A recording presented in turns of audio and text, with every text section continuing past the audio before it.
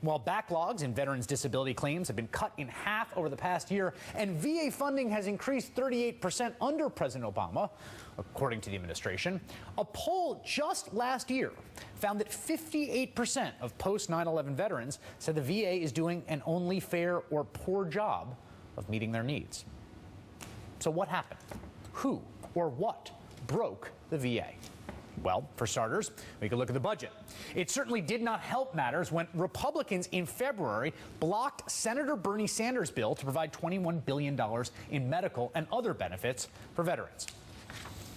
I don't think our veterans want their programs to be enhanced if every penny of the money that's going to enhance those programs is added to the debt of the United States of America. But here's the thing.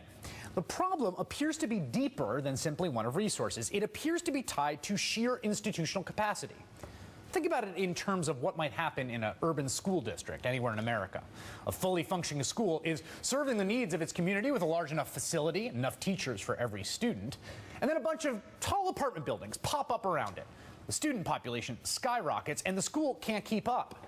Now, even if the budget goes up a comparable amount to the influx of enrollment, that doesn't mean you can immediately recruit enough teachers or that you have the physical space in your school for all those kids. Something similar appears to be happening to the VA, where the longest period of continued war in the nation's entire history has produced a demand for services the VA appears to lack the institutional capacity to provide.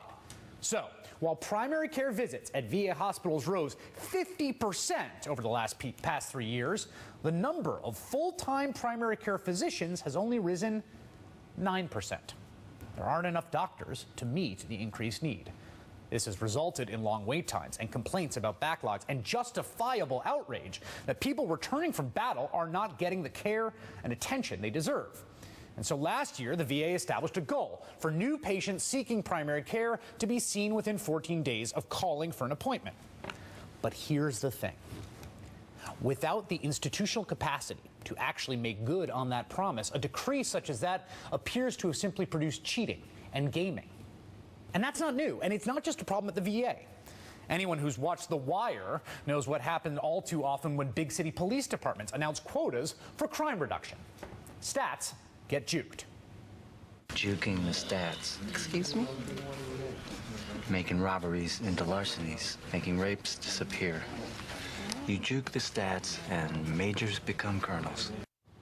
That sort of thing has happened in school system after school system, where high-stakes testing and teacher accountability policies intended to boost student performance have instead led to cheating scandals.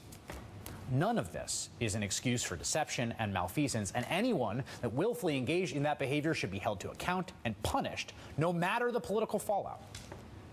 But let us not lose sight of the fact that we have more veterans needing more care than we have in a generation. So when people start asking the question, who broke the VA?